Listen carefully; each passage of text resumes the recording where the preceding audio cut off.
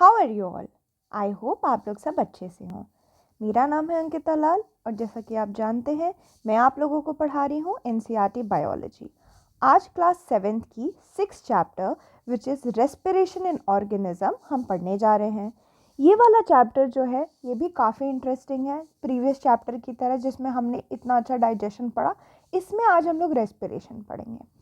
तो class start करने से पहले आप लोगों को पता आप लोगों को क्या करना, अपनी एनसीईआरटी की बुक खोल लेनी है, अपने खुद के नोट्स बनाने की कोशिश करनी है और बड़ी कंसंट्रेशन के साथ सुनना है सब कुछ और पढ़ना है साथ साथ मेरे।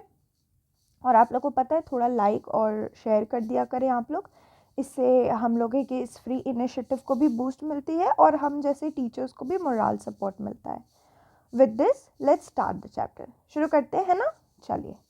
आज का चैप्टर है respiration in organisms. Respiration in organisms की जब हम बात करते हैं तो देखो, हम लोगों ने न्यूट्रिशन जब पढ़ा था या हम जब कंपोनेंट ऑफ फूड पढ़ रहे थे तो हम लोगों ने क्या देखा था, हम खाना क्यों खा रहे थे, हम इस वजह से खा रहे थे क्योंकि वो एनर्जी देता था हम लोग को, है कि नहीं। लेकिन कभी आपने सोचा है खाना तो मिल जाता है एनर्जी के लिए, बट क्या उतने पे ही एनर्जी सीमित हो जाती है? नहीं, फूड में सिर्फ स्टोर्ड एनर्जी होती है। अगर हम एनसीईआरटी की बात करें तो खाने में सिर्फ स्टोर्ड एनर्जी होती है, लेकिन इस एनर्जी का रिलीज रेस्पिरेशन के दौरान होता है। आप लोगों के दिमाग से दो कंफ्यूजन हट जाना चाहिए। रेस्पिरेशन मतलब सिर्फ ब्रीदिंग नहीं होता। ब्रीदिंग और रेस्पिरेशन में एक डिफरेंस बेसिक सा ये है, ब्रीदिंग माने सांस लेना, जो हम सांस लेने की प्रक्रिया होती है उसको ब्रीदिंग बोलते हैं। वही अगर हम रेस्पिरेशन की बात करते हैं तो रेस्पिरेशन इंक्लूड्स ब्रीदिंग, यानी रेस्पिरेशन के ही अंदर ब्रीदिंग होती है, बट रेस्पिरेशन का जो मेन मोटिव होता है, मेन काम होता है, वो ये होता है कि जो स्टोर्ड एनर्जी फूड की थी उसको रिलीज करवाना एक प्रोसेस के थ्रू, जिसको हम लोग रेस्पिरेशन कह रहे हैं। अच्छा, रेस्पिरेशन स्टार्ट करने से पहले हम लोग सेल्यूलर रेस्पिरेशन पढ़ने वाले हैं, तो थोड़ा सा सेल को भी देख लिया जाए। चलिए तो डिटेल में देखते हैं। ये जो फोटो है ये एक सेल की फोटो है। एक सेल होता क्या है, अगर एनसीईआरटी की बात माने तो सेल सबसे छोटा स्ट्रक्चरल और फंक्शनल यूनिट होता है ऑर्गेनिज्म का। इसका क्या मतलब है, स्ट्रक्चरल और फंक्शनल का मतलब सबसे छोटी इकाई है, इसी से बड़ा इतना बड़ा शरीर बनता है हमारा। तो जो स्ट्रक्चर है या जो फंक्शन है ऑर्गेनिज्म के अंदर, ये सेल की वजह से ही होता है। हर सेल का अपना एक रोल होता है। कुछ सेल न्यूट्रिशन यानी खाने में हेल्प करते हैं, कुछ सेल ट्रांसपोर्ट जो हम अभी पढ़ेंगे उसमें हेल्प करता है, कुछ सेल एक्सक्रीशन जो हमने लास्ट चैप्टर में पढ़ा था रिमूवल ऑफ वेस्ट उसमें मदद करता है, कुछ सेल रिप्रोडक्शन यानी कि मल्टीप्लिकेशन की प्रोसेस में मदद करता है। और सेल को ये सब करने के लिए किसकी जरूरत पड़ेगी? हाँ, एनर्जी की। अगर एनर्जी नहीं होगा तो काम नहीं करेगा। तो इसी वजह से जब हम रेस्पिरेशन की बात करते हैं तो रेस्पिरेशन सेल में होता है और सेल सबसे छोटी यूनिट है। तो चलिए थोड़ा सा हम इधर लिख लेते हैं सेल के बारे में। जो ये रहा cell, cell is the smallest structural and functional unit, structural and functional unit of body. ठीक है, आप ये याद रखेंगे। चलिए, इससे हमने सेल देख लिया। हमें अब पता है कि सेलुलर रेस्पिरेशन है। अब हम लोग जाएंगे रेस्पिरेशन में थोड़ा सा। ठीक है, अभी देखो रेस्पिरेशन होता क्या है। एनसीईआरटी में अगर हम देखते हैं कि सारे लोगों को रेस्पिरेशन के एनर्जी जो है वो फूड से मिलती है। ब्रीदिंग क्या है, चलो अब ब्रीदिंग में जाते हैं। अगर ब्रीदिंग की बात करें तो ब्रीदिंग वो प्रोसेस है जिसमें हम लोग ऑक्सीजन अंदर लेते हैं, कार्बन डाइऑक्साइड बाहर छोड़ते हैं। एकदम सिंपल सी चीज़, ये तो हम सब जानते हैं। अच्छा ठीक है, अगर हमने, ये तो बहुत सिंपल हो गया, बट अगर हम रेस्पिरेशन की बात करें तो रेस्पिरेशन में क्या होता है, आप लोगों को याद होगा जब फोटोसिंथेसिस हो रहा था तो एक प्रोसेस होती थी, प्लांट की बात कर रही हूँ, तब क्या होता था कि CO2 जो एयर में होता था और वाटर की मदद से फूड बन जाता था, ऑक्सीजन बन जाता था। यहाँ पे ना एकदम उसका उल्टा सा कुछ हो रहा होता है रेस्पिरेशन में यहाँ क्या होता है, जो हवा की ऑक्सीजन होती है वो हमारे खाने को तोड़ने में मदद करती है जो हमने न्यूट्रिशन के दौरान लिया रहता है। और जो ये खाना टूटता है ये कहाँ टूटता है, सेल में टूटता है, और टूटने के बाद सेलुलर रेस्पिरेशन होता है और वो एनर्जी प्रोवाइड करती है। खाना मान लो ग्लूकोज है, वो टूटा, किस में टूटता है, CO2 और वाटर में टूट जाता है। किसकी मदद से, ऑक्सीजन की मदद से। यही पूरा का पूरा रेस्पिरेशन, देखो यहाँ पे ग्लूकोज ऑक्सीजन के प्रेजेंस में, CO2 वाटर और एनर्जी में टूट जाता है। ये एनर्जी उसका बाई प्रोडक्ट है, रेस्पिरेशन का बाई प्रोडक्ट। बाई प्रोडक्ट का मतलब जो कुछ कोई प्रोसेस करने के बाद जो निकल जाता है एडिशनल चीज, जो उसका एक प्रोडक्ट होता है, अ पार्ट, जो एक्स्ट्रा चीज होती है, उसी को हम लोग बाई प्रोडक्ट करते हैं। यहाँ पे एनर्जी बाई प्रोडक्ट है। जब हम लोग ग्लूकोज की बात, ये हमने चलो देख लिया। अब देखो ये रेस्पिरेशन भी 2 तरह की होती है, यहाँ पे अब हम लोग डिटेल में देखते हैं। पहले ये थोड़ा सा हम लोग नोट्स देख लेते हैं। इंपॉर्टेंस ऑफ रेस्पिरेशन हमने देखा, सेल में होती है, ट्रांसपोर्ट, एक्सक्रीशन, रिप्रोडक्शन हमने देख दिया। फंक्शन ऑफ सेल यही होता है, एनर्जी लेना। रेस्पिरेशन के दौरान इनहेल्ड एयर जो है, हाँ देखो अब रेस्पिरेशन में क्या होता है, जो हम ऑक्सीजन लेते हैं बाहर से, ब्रीदिंग क्यों रेस्पिरेशन का पार्ट है अब हम बताते हैं। जो ऑक्सीजन हमने एयर से ली वो पूरे बॉडी पार्ट में जाती है और अल्टीमेटली सेल तक पहुंचती है, और सेल में हमने देखा ऑक्सीजन की मदद से टूट जाता है फूड, CO2 में, और एनर्जी निकलती है। ये चीज़ यहाँ पे लिखी हुई है। अब टाइप्स ऑफ रेस्पिरेशन जरा देख ले। Type of respiration, cellular respiration 2 type की होती है, एरोबिक, एनारोबिक। एरोबिक को आप ऐसे याद रख सकते हो, एयर एयर सुनने में एक जैसा लग रहा है ना, तो जो एयर की प्रेजेंस में रेस्पिरेशन होता है, यानी ऑक्सीजन, यहाँ एयर में का मतलब हो रहा है ऑक्सीजन, जो ऑक्सीजन की प्रेजेंस में रेस्पिरेशन हो रहा होता है उसको एरोबिक को कहते हैं, वे प्लस मतलब प्रेजेंस में, और जो ऑक्सीजन की एब्सेंस में हो रहा होता है उसको एनारोबिक कहते हैं। यहाँ पे ये जो चीज़ दिखाई गई है ये है कि उसके आगे क्या कैसे होता है aerobic respiration, glycolysis, tricarboxylic cycle, oxidative phospholysis, ये हम लोग ना आगे के चैप्टर्स में पढ़ेंगे। बस आप याद रखिए कि यहीं पे ख़त्म नहीं होता, ये प्रोसेस आगे बढ़ती है। और एनारोबिक में जैसे फर्मेंटेशन, आपने सुना है जो अचार हम खाते हैं, अचार को डाल देते हैं बहुत दिनों के बाद और बहुत दिन तक वो जो पड़ा रहता है, या फिर जो अल्कोहल होता है पड़ा रहता है, उसमें कौन सी प्रोसेस होती है, उसमें एनारोबिक रेस्पिरेशन, फर्मेंटेशन होता है और उससे अल्कोहल बन जाता है। तो हमने देख लिया टाइप ऑफ रेस्पिरेशन, यहाँ एरोबिक, एनारोबिक देख लिया हमने। अब हम लोग थोड़ा आगे बढ़ते हैं। अब देखो एक ईस्ट, ठीक है, आप देखते हो ना जब ब्रेड बनता है तो लोग बोलते हैं खमीर डालो, खमीर, खमीर इज ईस्ट। ईस्ट क्या होते हैं, ईस्ट एक बहुत ही छोटा सा ऑर्गेनिज्म होता है जो हवा के एब्सेंस में भी सर्वाइव कर सकता है, इसीलिए इसको एनारोब कहते हैं। इसको एनर्जी एनारोबिक रेस्पिरेशन से मिलती है। ईस्ट के बारे में ही थोड़ी सी चीज़ बता देते हैं। ईस्ट एक सिंगल सेल ऑर्गेनिज्म है और बहुत एग्जाम्स में क्वेश्चन पूछते हैं ईस्ट के बारे में। ये एनारोबिक रेस्पिरेशन करते हैं और ये अल्कोहल प्रोड्यूस करते हैं। ईस्ट का रोल 2-3 जगह पे है, मैं आप लोगों को बता देती हूँ कौन सी 2-3 जगह पे। 1 मिनट में दिखा रही हूँ आपको। पहले एरोबिक, एनारोबिक हमने देख लिया, प्रेजेंस एब्सेंस ऑफ ये। अब देखो थोड़ा सा ना इसका एक अगर इक्वेशन देखना चाहो तो अगर एरोबिक का इक्वेशन देखो तो glucose in the absence of oxygen, CO2 water energy release कर रहा है। एनारोबिक की बात करो तो CO2 in the absence of oxygen, और क्या रिलीज कर रहा है यहाँ पे, वही कार्बन डाइऑक्साइड और एनर्जी। ईस्ट की बात करें तो ईस्ट एनारोब है। अब चलो ईस्ट में मैं यहाँ पे लिख देती हूँ जो अल्कोहल बनता है और जो बेकरी होता है, ब्रेड बनाने का काम होता है, ब्रेड या केक, ब्रेड मोस्टली, ब्रेड, इन सब में ईस्ट को ही हम लोग यूज़ करते हैं, क्योंकि एनारोबिक रेस्पिरेशन का जो एंड प्रोडक्ट होता है वो अल्कोहल होता है, अल्कोहल रिलीज होता है, ठीक है। तो ये हमने देख लिया। ईस्ट के बारे में हमने क्या देखा कि ईस्ट एक सिंगल सेल ऑर्गेनिज्म है, सिंगल सेल ऑर्गेनिज्म है, एब्सेंस ऑफ एयर में रह सकता है कि नहीं, ये इसमें लिखा ही हुआ है एब्सेंस ऑफ एयर, ये देख लीजिए आप लोग, ठीक है। चलिए अब देखो एक चीज़ मैं आप लोगों को बताती हूँ। हमारी बॉडी में ऐसे तो एरोबिक रेस्पिरेशन होता है, ह्यूमन बॉडी में एरोबिक रेस्पिरेशन होता है क्योंकि हम लोग ऑक्सीजन लेते हैं, बट हमारे ऑर्गन में, हमारी बॉडी में एक ऑर्गन होता है जिसको कहते हैं मसल, जहाँ पे एनारोबिक रेस्पिरेशन भी हो सकता है एब्सेंस ऑफ एयर में। इसका मैं एग्जाम्पल देती हूँ। जब आप लोग बहुत ज़्यादा दौड़ते हैं या कोई बहुत बड़ी एक्सरसाइज करते हैं तब क्या होता है ना, बहुत ऑक्सीजन यूज़ होता है हमारी बॉडी पे, बहुत ज़्यादा ऑक्सीजन हम यूज़ करते हैं क्योंकि एनर्जी चाहिए ना इन सब चीज़ों के लिए। लेकिन जब बहुत ऑक्सीजन लेते हैं दौड़ने के समय तो इतना ऑक्सीजन तो नहीं होता ना हमारी बॉडी में। इतना ऑक्सीजन हमारी बॉडी में नहीं होने की वजह से हमारी जो मसल है वो स्विच कर जाती है एनारोबिक में, एब्सेंस ऑफ ऑक्सीजन में वो एनर्जी बनाने लगती है। और जब एब्सेंस ऑफ ऑक्सीजन में एनर्जी बनती है तो क्या प्रोड्यूस होता है, लैक्टिक एसिड। ये इंपॉर्टेंट है, 1 मिनट मैं इसको थोड़ा सा अच्छा सा शेप लेके बताती हूँ आप लोगों को।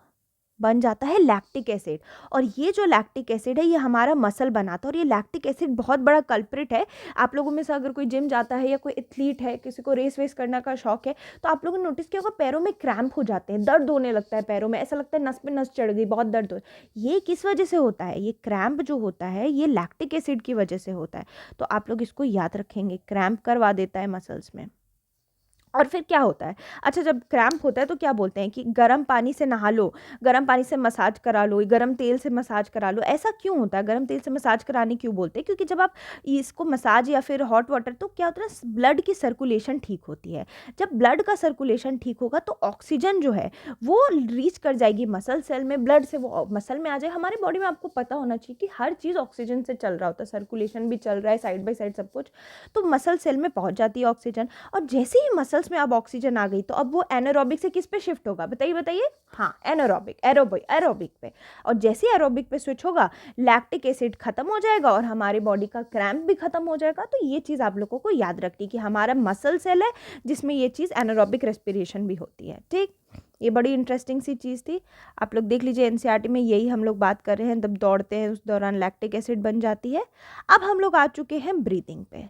चलिए ब्रीदिंग देखते हैं, ब्रीदिंग क्या होता है। तो ब्रीदिंग में क्या होता है, taking air rich in oxygen and giving out air rich in CO2। जो इस प्रोसेस होता है जिसमें हम लोग सांस को लेते हैं उसको इनहेलेशन बोलते हैं, जिसमें सांस को छोड़ते हैं उसको हम लोग एक्सहेलेशन कहते हैं। बड़ा सिंपल, इन माने अंदर, एक्स माने आउट, तो वो चीज़ आपको याद हो जाएगी।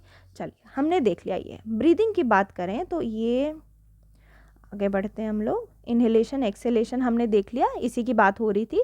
अब देखो, अगर ब्रीदिंग रेट की बात करी जाए, अगर आपसे पूछे आपका ब्रीदिंग रेट क्या है, तो पहले पता होना चाहिए ब्रीदिंग रेट है क्या। ब्रीदिंग रेट का मतलब होता है एक इंसान 1 मिनट में कितनी बार ब्रीथ कर सकता है, इसको हम लोग ब्रीदिंग रेट बोलते हैं।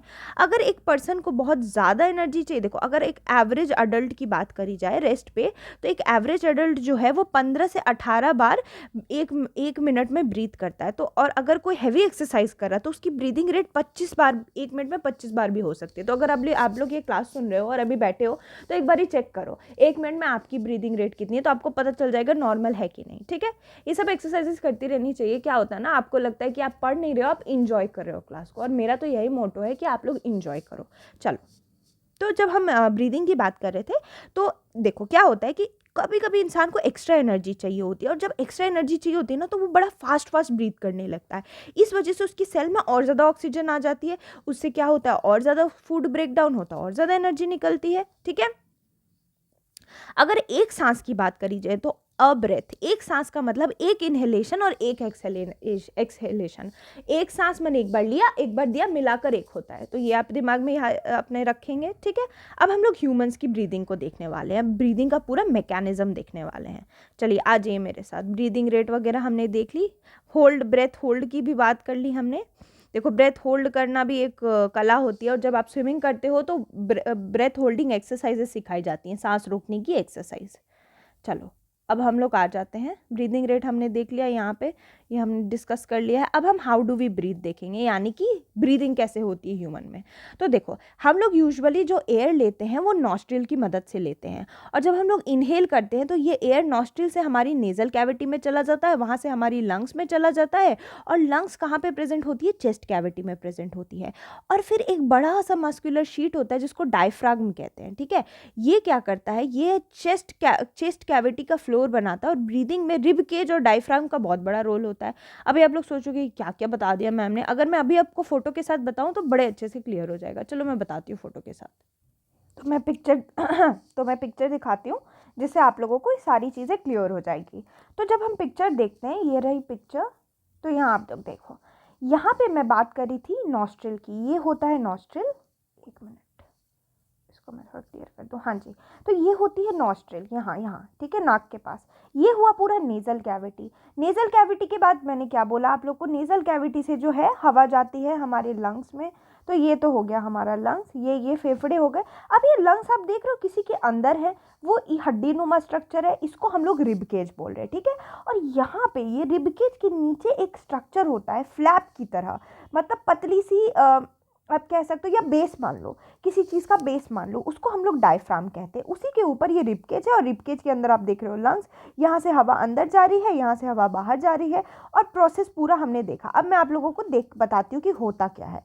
अगर ब्रीदिंग की बात करें तो पहले हवा नॉस्ट्रिल में जाती है, नॉस्ट्रिल से नेज़ल कैविटी यहाँ आई, फिर वहाँ से लंग्स में गई, और फिर जो लंग्स होते हैं वो सराउंडेड होते हैं रिब्स के, रिब केज के। ये देखो रिब केज इसको बोलते हैं, क्योंकि केज नुमा स्ट्रक्चर है। केज यानी कि आपकी वो क्या बोलते हैं उसको, अरे भैया केज हो गया आपका वो पूरा जो बंद के रखते हैं, जिसमें शेर वगैरह रहते, पिंजरा, एग्जैक्टली पिंजरा।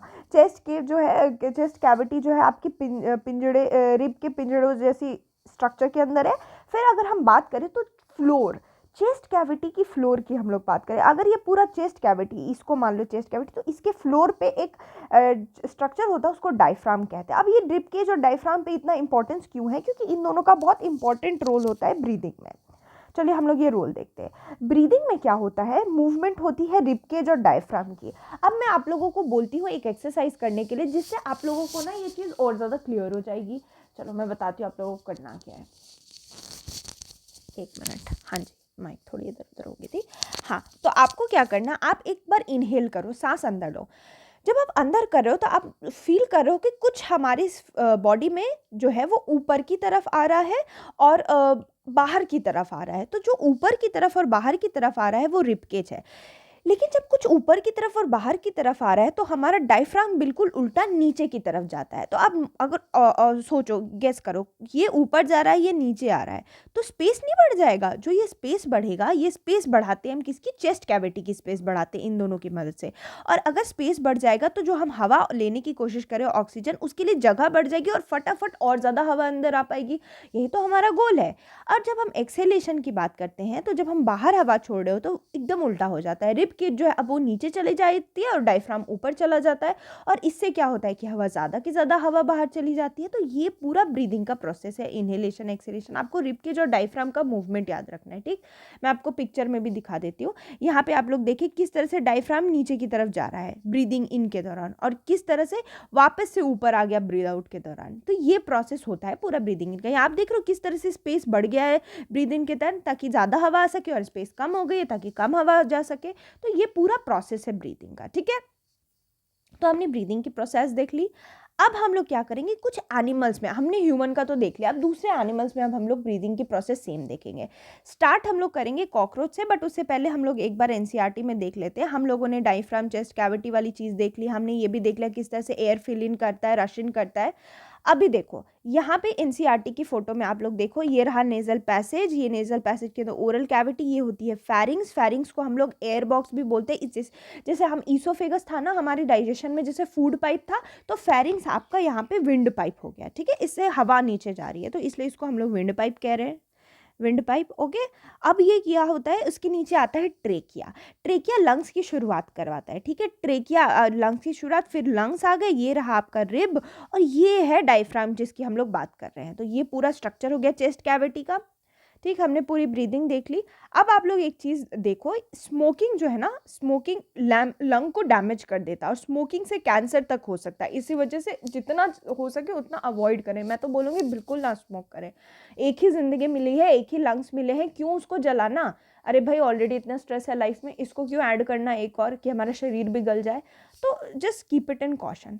अच्छा, अब जो एयर हमारे आसपास होती है ना, उसमें बड़े अनवांटेड पार्टिकल होते हैं, जैसे स्मोक, डस्ट, पॉलन, ये वो। तो जब हम इनहेल करते हैं ना तो ये सारे हमारी नेजल कैविटी में जाकर के ट्रैप हो जाते हैं, यानी हमारे नाक के वाली जो कैविटी है वहाँ पे जाके फंस जाते हैं। और फिर ये जो है ना, हमारे नाक के अंदर कुछ हेयर होते हैं, वो बालों का भी यूज़ होता है। क्या होता है, जब ये इरिटेट करते हैं ना हमारे नेजल लाइनिंग को, तो जब हमारे नाक के अंदर ये पार्टिकल चलेगा और इरिटेट करते हैं, तब क्या होता है, हम लोगों को छींक आती है, और छींकने से फॉरेन पार्टिकल बाहर निकल के आ जाते हैं। इसीलिए जब भी आप स्नीज करते हैं आपको बोला जाता है अपना चेहरा कवर करके रखने के लिए, क्योंकि इससे जो फॉरेन पार्टिकल आप किसी और को दे दोगे, है ना, तो उसको कवर करके रखना चाहिए, और कभी भी स्नीज नहीं रोकनी चाहिए।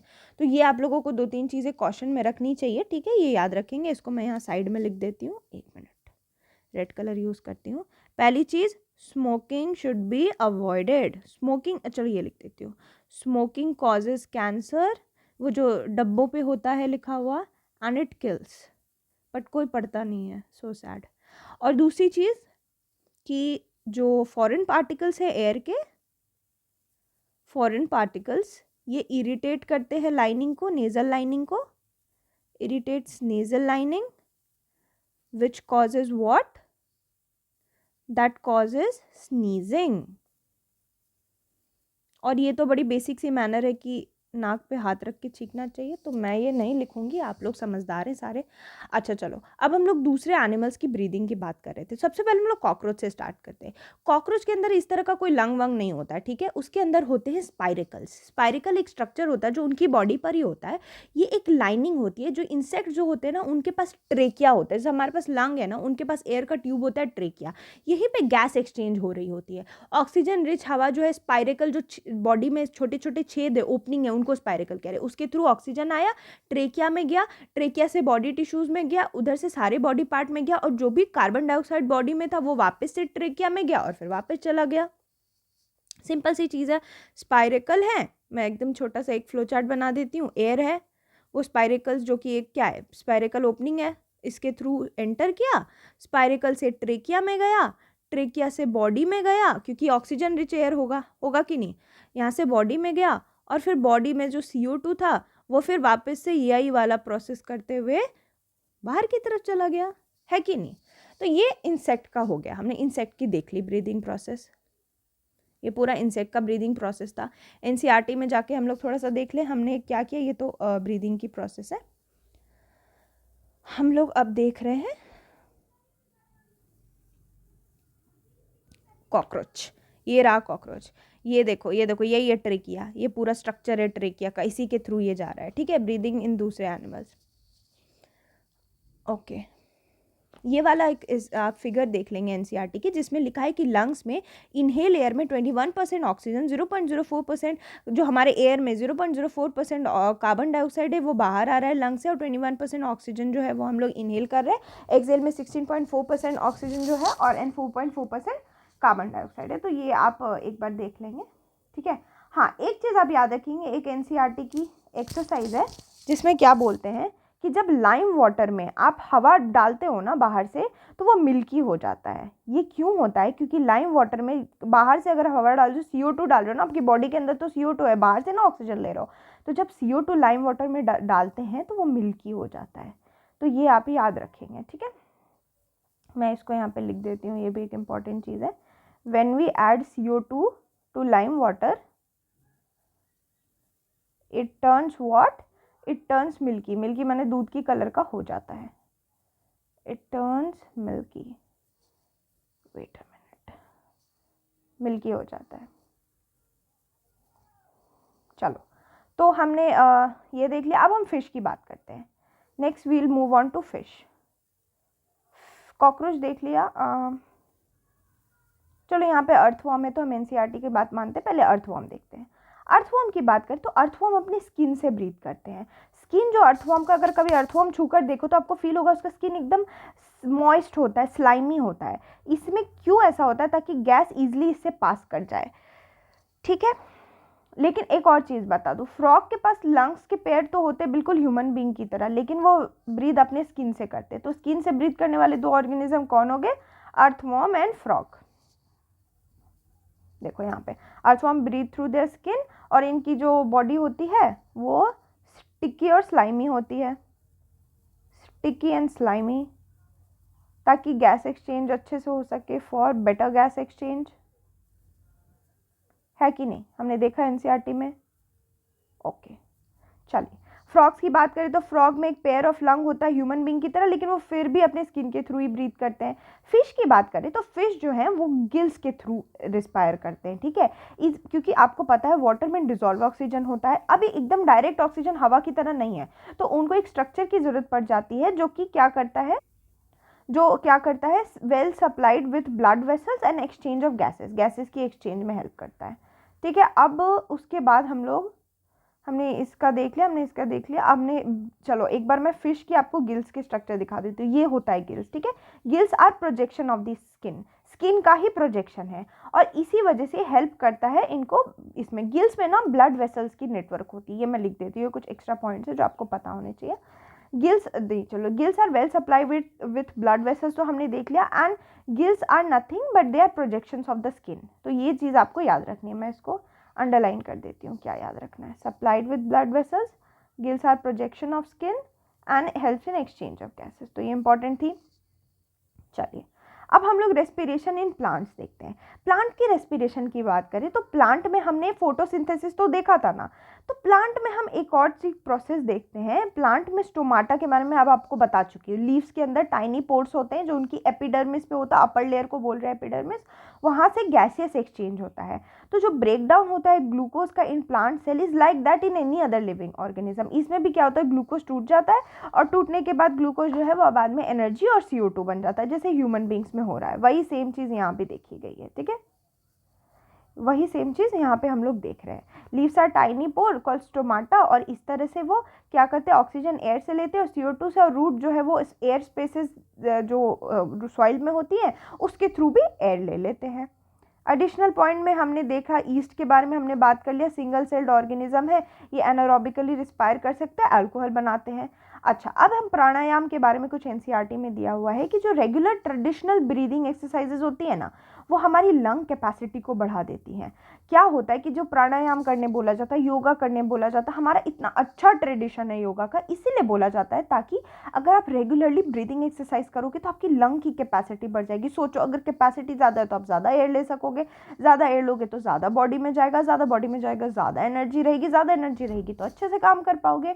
अल्टीमेटली तो यही डील है हमारा, एनर्जी मिलेगी तभी तो काम कर पाएंगे। पढ़ने के लिए भी एनर्जी चाहिए होती है, काम करने के लिए भी एनर्जी चाहिए होती है, तो इसीलिए प्राणायाम वगैरह करते रहें, ठीक है। इसको ब्रीदिंग एक्सरसाइज बोलते हैं।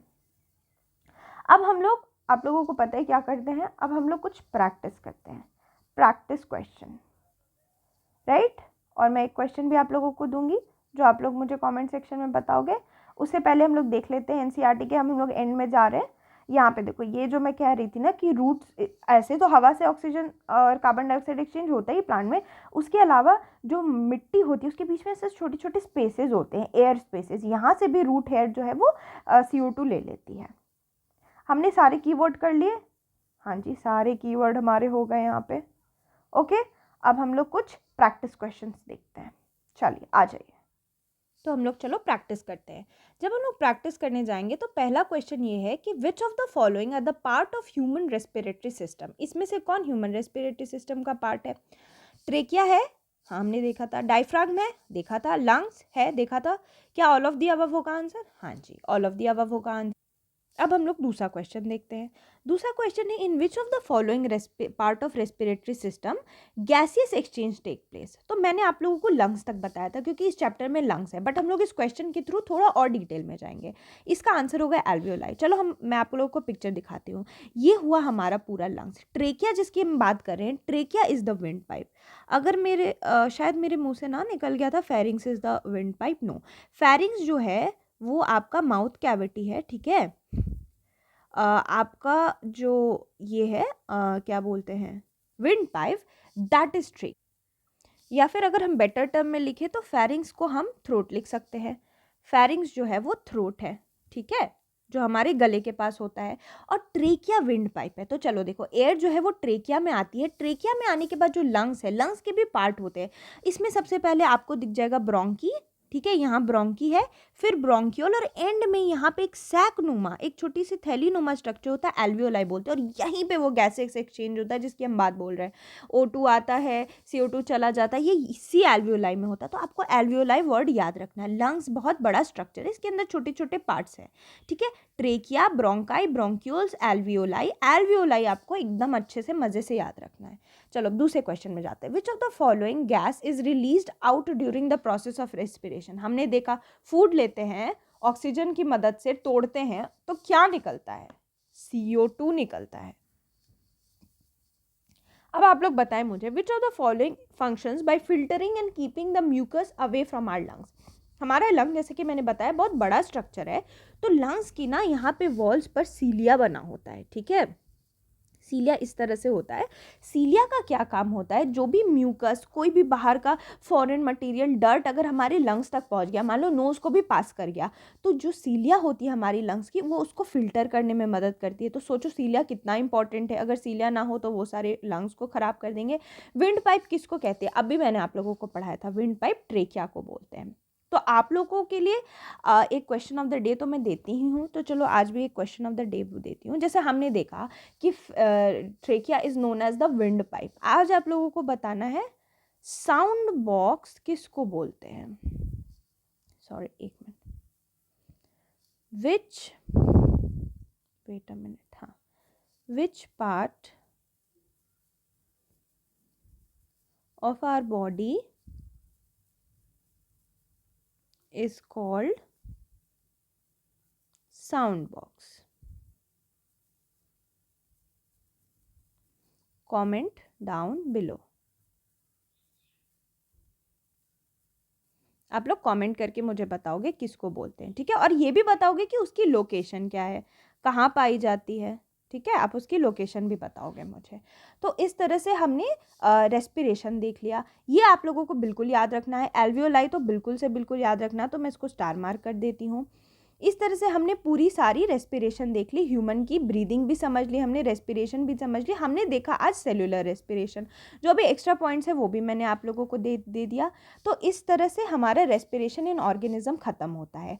इसको आप लोग अच्छे से रिवाइज़ करेंगे और प्लीज़ कमेंट सेक्शन में मुझे बताएंगे कि आप लोगों का आंसर क्या है, जो भी क्वेश्चंस मैंने पूछी हैं। और पुराना रिवाइज़ करते रहें, क्योंकि अगर रिवाइज़ नहीं करेंगे तो फ़ायदा नहीं होगा। और एकदम मस्त रनिंग नोट बनाएं ताकि लास्ट मोमेंट पे फटाफट रिविजन हो जाए आप लोग का।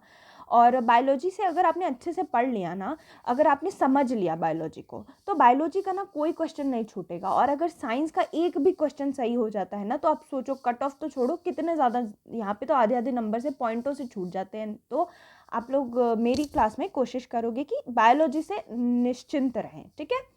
तो बढ़ते रहें, आगे बढ़ते रहें। मिलती हूँ दूसरी क्लास में। With this I conclude. Thank you.